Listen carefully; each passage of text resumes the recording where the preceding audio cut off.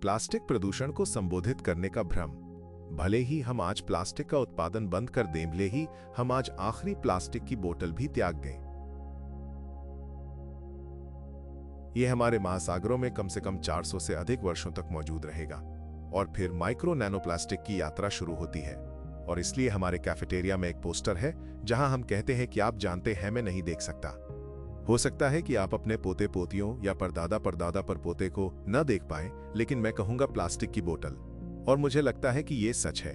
यदि हम महासागरों में प्लास्टिक प्रदूषण के पैमाने को देखें तो यह स्पष्ट हो जाता है कि इसकी पूर्ण सफाई में सहस्राब्दियां लग सकती हैं। आज विश्व महासागर में लगभग 200 मिलियन टन प्लास्टिक कचरा है।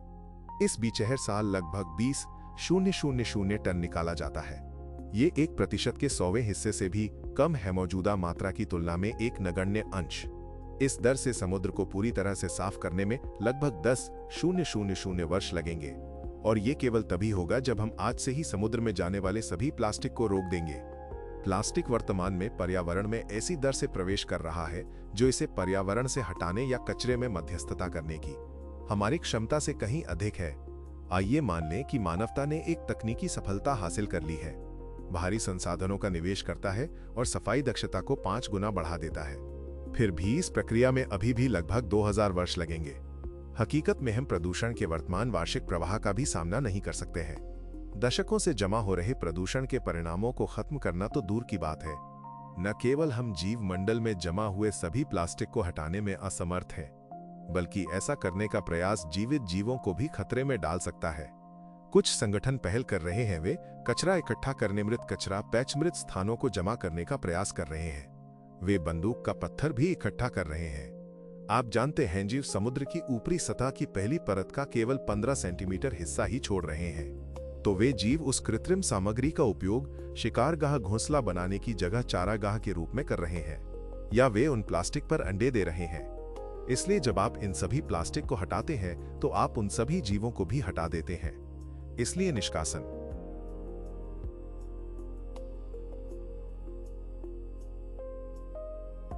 अपने आप में एक और समस्या भी है।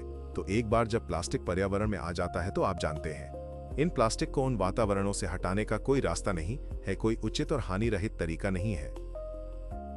इसके अलावा प्लास्टिक का एक महत्वपूर्ण हिस्सा पहले ही सूक्ष्म और नैनो कणों में टूट चुका है, जो अब समुद्र तल पर पड़ा है, पानी के स्तंभ के माध्यम से बहता है, समुद्री जीवों के शरीर में प्रवेश कर गया है और पदार्थ के वैश्विक चक्र का हिस्सा बन गया है।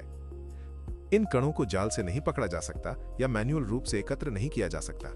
इसका मतलब है पर्यावरण से प्लास्टिक का सरल यांत्रिक निष्कासन सबसे आशावादी परिदृश्य में भी समस्या का समाधान नहीं होगा। हम अब ऐसे मलबे से नहीं निपट रहे हैं जिसे आसानी से उठाया जा सकता है, बल्कि हम इलेक्ट्रोस्टैटिक चार्ज वाले नैनो कणों से निपट रहे हैं। ये नैनो मटेरियल पहले से ही ग्रह पर हर जीवित चीज में अंतर्निहित हो चुका है। और भले ही हम समुद्र से हर प्लास्टिक की बोतल और हर रैपर को हटाने में सफल हो जाएं, फिर भी एक सवाल बना रहेगा, आगे क्या होता है? हमारे पास अभी भी हमारे द्वारा एकत्र किए जाने वाले प्लास्टिक कचरे के ढेर के निपटान का कोई सुरक्षित तरीका नहीं है। पूरे ग्रह पर अनौपचारिक डंप स्थलों पर भूमि पर कुप्रबंधित कचरा है। कुछ कचरे को जला दिया गया है, इसमें से कुछ को व्यावसायिक रूप से भस्मक में जला दिया गया है, जिसमें निकलने वाले संबंधित रसायनों को इकट्ठा करने के लिए उपयुक्त स्क्रीन और फिल्टर हो भी सकते हैं और नहीं भी।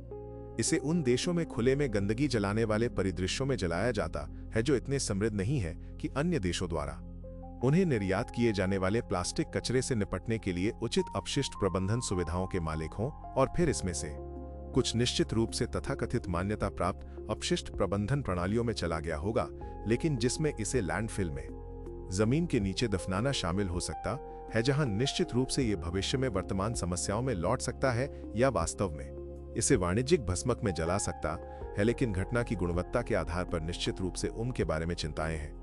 उन भस्मक से उत्सर्जन प्लास्टिक जलाने से, चाहे पिछवाड़े की आग में या औद्योगिक भस्मक में, इन समस्या का समाधान नहीं होता है। ये बस उन्हें और अधिक खतरनाक रूप में बदल देता है।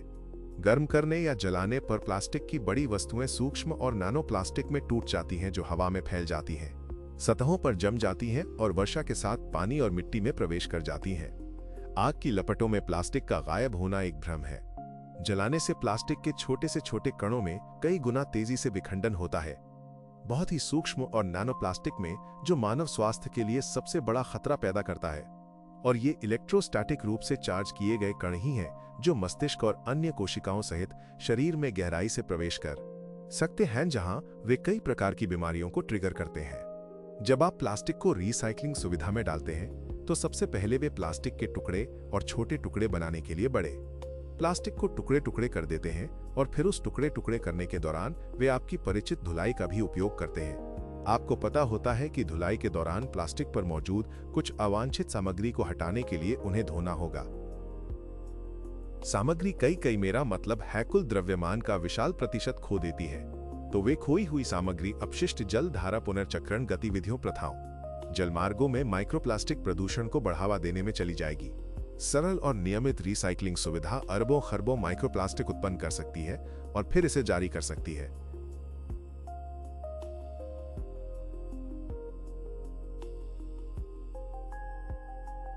या तो अपशिष्ट जलधारा या जलमार्ग। और दुर्भाग्य से मैं कुछ ऐसी चीजों के बारे में देखता हूं जिनके बारे में समाधान होने का दावा किया जाता है, वह यह है कि उन्हें बाजार में लाने से पहले जरूरी तौर पर ठीक से आजमाया या परखा नहीं गया है और फिर अनपेक्षित परिणामों की संभावना हो सकती है।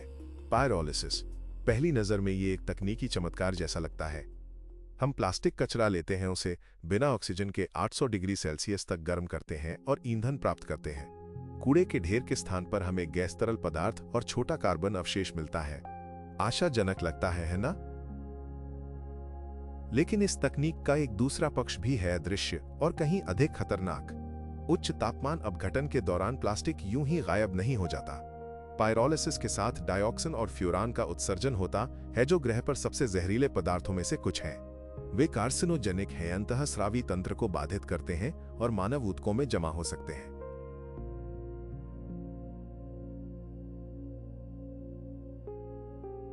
वे कम सांद्रता पर भी खतरनाक हैं। भले ही आप एक टन प्लास्टिक से 600 लीटर तरल ईंधन प्राप्त करने का प्रबंधन करते हैं, ऐसे ईंधन की कीमत मानव स्वास्थ्य और जीवन के लिए खतरा है। ऐसी निपटान विधियों पर भरोसा करके हम केवल प्लास्टिक को अदृश्य, फिर भी कहीं अधिक खतरनाक रूप में बदलने की गति बढ़ा रहे हैं।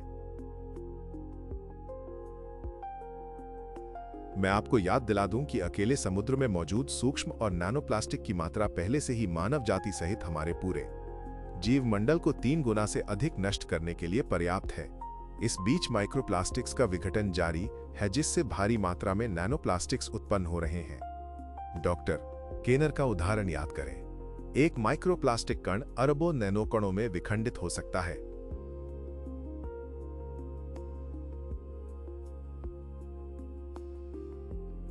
और अनगिनत माइक्रोप्लास्टिक पहले से ही हर जगह मौजूद हैं, लगातार छोटे छोटे टुकड़ों में टूट रहे हैं।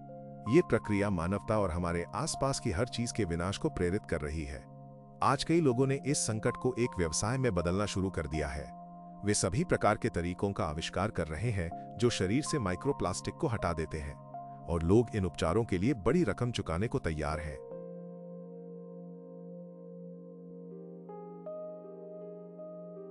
लेकिन असली सवाल यह है कि क्या वे वास्तव में काम करते हैं?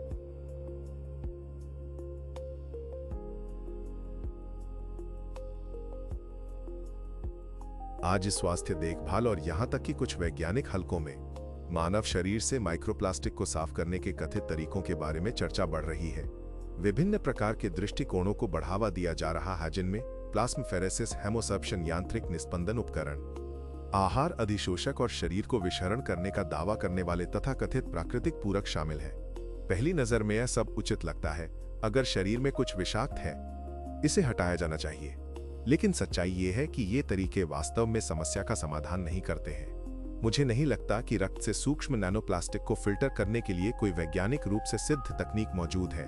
ये अंगों में ही जमा हो जाता है, जो वास्तव में ऐसी चीज नहीं है जिसे आप रक्त को किसी निस्पंदन मशीन में भेजकर फिल्टर कर सकते हैं।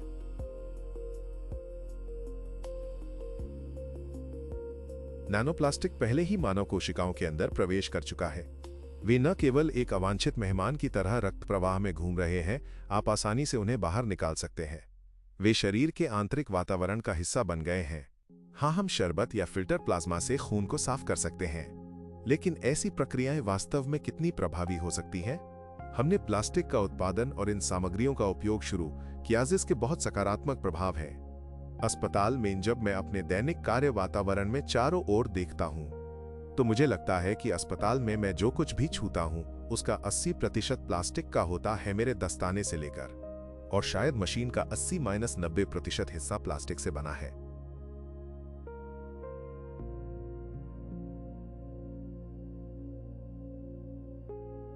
और यह स्वास्थ्य देखभाल के लिए बहुत महत्वपूर्ण बिंदु है।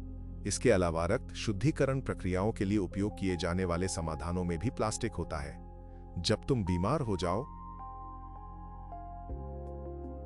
आप किसी अस्पताल में जा रहे हैं, आप शायद इलाज के लिए अस्पताल जाएंगे और फिर वे आपको कुछ समाधान देंगे, कुछ ऐसे इन्फ्यूजन जिन्हें आप जानते हैं, जैसे कि वे आपके पंख के अंदर कुछ डालेंगे और फिर वे इलास्टिक पैकेज से कुछ तरल पदार्थ आपके परिचित रक्त प्रणाली में स्थानांतरित करेंगे। इसलिए उन अंतःशिरा समाधानों में कम से कम है।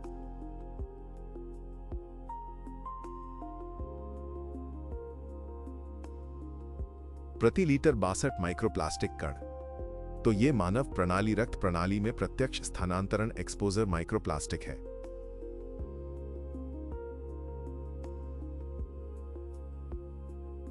तो हम एक विरोधाभास के साथ समाप्त होते हैं।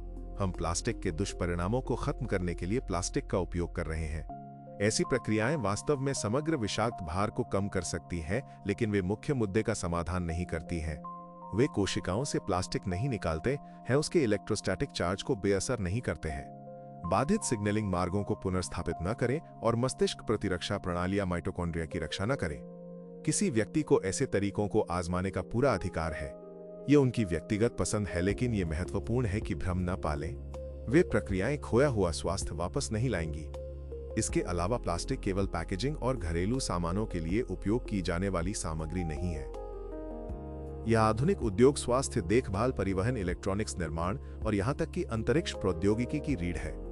कंक्रीट के बाद यह पृथ्वी पर दूसरी सबसे आम सामग्री है, इसलिए यह बेहद व्यापक है।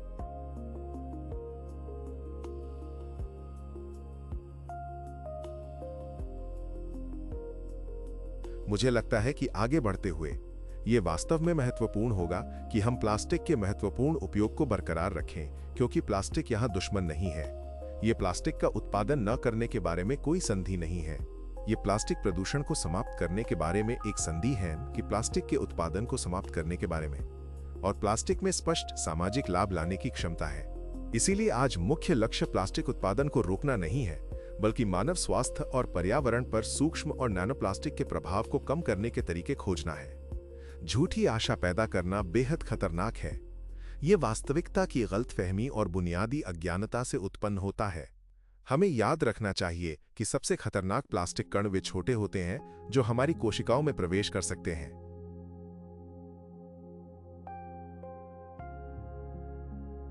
और एक बार जब सूक्ष्म और नैनो प्लास्टिक हमारी कोशिकाओं में प्रवेश कर जाते हैं, तो उन्हें फिल्टर या हटाया नहीं जा सकता है। वे शरीर का हिस्सा बन जाते हैं और धीरे धीरे हमें भीतर से नष्ट कर देते हैं।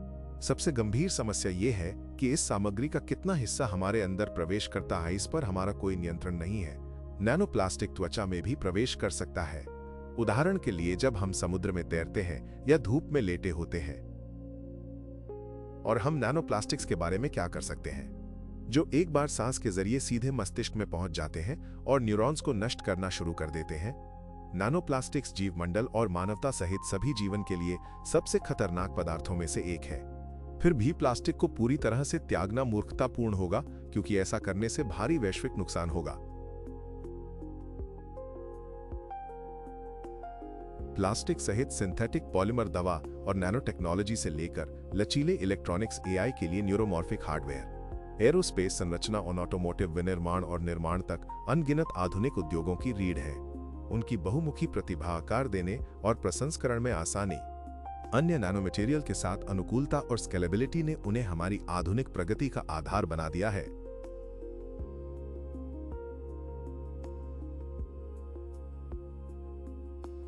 इसलिए समाधान प्लास्टिक को खत्म करना नहीं है, बल्कि यह सुनिश्चित करना है कि वे अब जीवन के लिए खतरा न बने। और आगे बढ़ने का असली रास्ता ठीक ठीक ये समझने से शुरू होता है कि नैनो प्लास्टिक्स को इतना खतरनाक क्या बनाता है।